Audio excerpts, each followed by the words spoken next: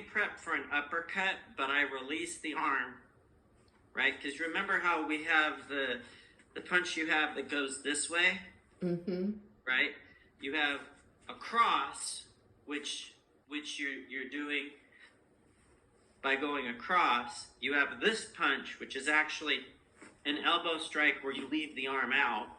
So you've actually loosened the arm, but it's the swinging of the elbow that's actually delivering that power, right? I'm not extending the arm. There's no arm extension in that. That's all elbow. It's an elbow strike that goes through. They didn't tell you to punch, to line your punches up with your pinky so that these three knuckles are the knuckles that make contact with the back. Correct? That's so that your bone structure lines up. This will break your wrist if you didn't have gloves on.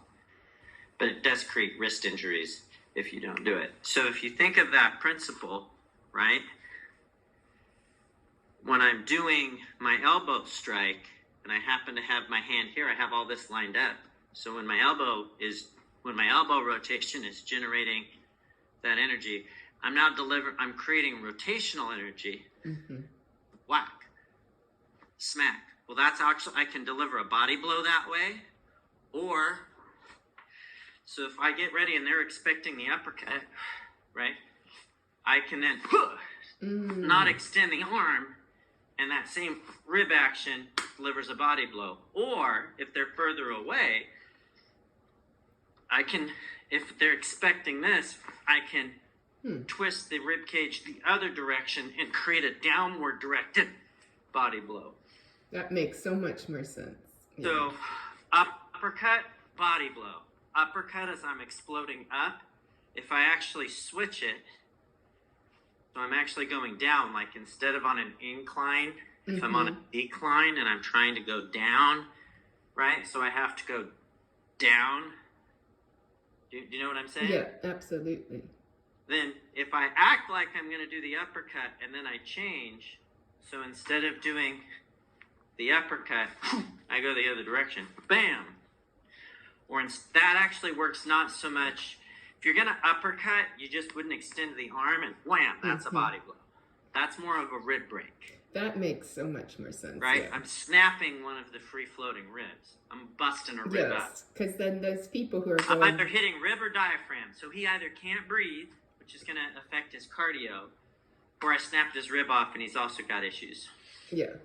On the other hand, if I'm here and I'm going to do the elbow strike, right? So remember, uppercut is rib cage. So if I rib cage and I don't extend the arm, wham, that's going to end up coming in here.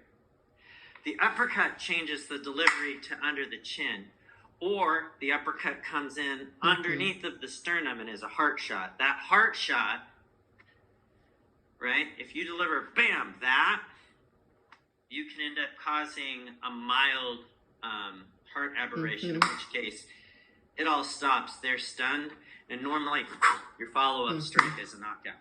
Or sometimes the heart stops enough and they just fall down. That makes a lot of sense. Thank you, Lowell, because I didn't know why they were going so low. Last one is when they end up going to do this, if somebody's in their way, they end up having it's this action. So if you end up doing that, you duck, and a lot of times that'll happen. If they throw a right cross, you end up going under the right cross, right? And so you end up hitting with that same elbow action, but you're now hitting low. Whack! That a lot of times is a kidney shot. And then they're done. Yeah, kidney shots, most people don't survive more than, like, if you get a kidney shot in, the other person has to go for a pretty quick knockout or they're toast. Yeah, I bet they do. So you're going to be able to go through some of these and just ask. Try and get there early before your next class and go, I have a quick question. I want to make sure I'm doing this the way that you recommend, because some of the stuff the other people in class do doesn't make any sense and it just looks silly to me. And then on the bag, if you can get to one of the heavy bags early, I want you to try it. First, do an elbow strike, and then change the distance for this. Try your jabs the way I mentioned. the bag should have the chain shake, but the bag shouldn't swing almost at all.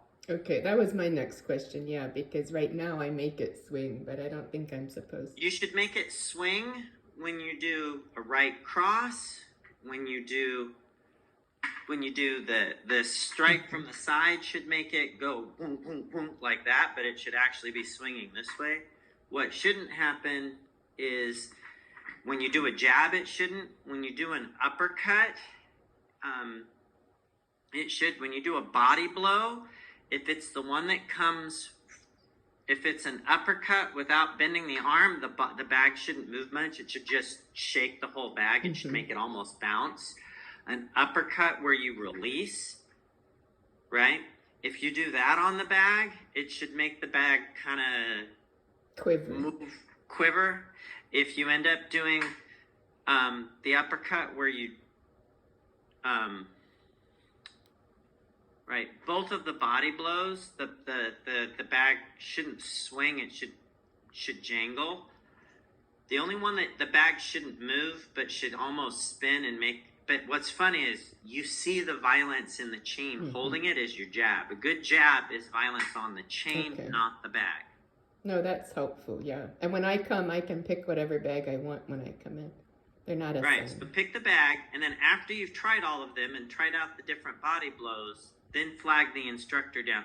Just so I know when we start and when we go to do the bag work.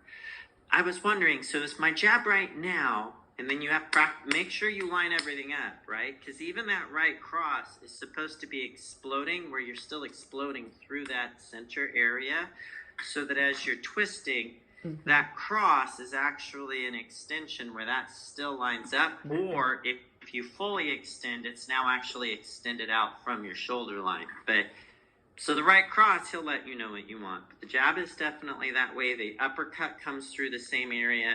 This is actually a type of, it's the same as an elbow strike where you happen to leave it over. And that's one of the things that will probably help your friend who does kickboxing. Because if you mention that that punch is the same as an elbow strike, just with the arm out further, she'll love you. Especially if you mention that the downward body blow is you can take that and then crunch that under to go under somebody else's guard.